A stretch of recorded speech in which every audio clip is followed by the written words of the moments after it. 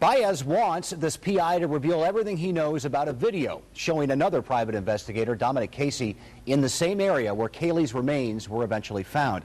Holly Bristow following the story. She's live outside the Orange County Courthouse here. Obviously, Holly, Baez thinks there may be something here that this other PI knows.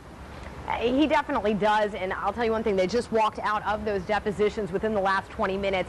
Baez grilled James Hoover for 3 hours about what he knew about that wooded area and what led him out there. Hoover walked out of here saying he felt like he'd gotten beat up. I asked both Hoover and Baez what was different that was asked today versus what was asked in the civil depositions late last month. They both said they got into a lot more detail about what was going on in the woods that day.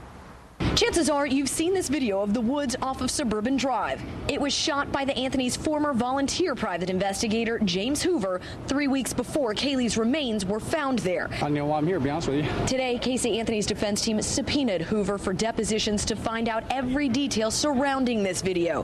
Hoover stopped to answer our questions on his way in, starting with what led he and the Anthony's other PI out there. When we were in the office, he said, I knew where Kaylee is, and I thought, of course, she was alive, because all this time I thought he thought she was alive, and he just said, I said, well, let's go get her, figuring she was still alive somewhere, and he said, we can't, she's dead. It's obvious why we were there, just who sent us there. Dominic Casey told Fox 35 and police that he was talking to a psychic, but Hoover doesn't buy it. If it was a psychic, why wouldn't he have said it? Last month, in civil depositions under oath, Hoover said he believed Dominic Casey was on the phone with Casey Anthony's brother, Lee, and he believed Dominic Casey was on a mission to find Kaylee's remains. James, there's absolutely no doubt in your mind you will say under oath that Dominic knew where Kaylee was.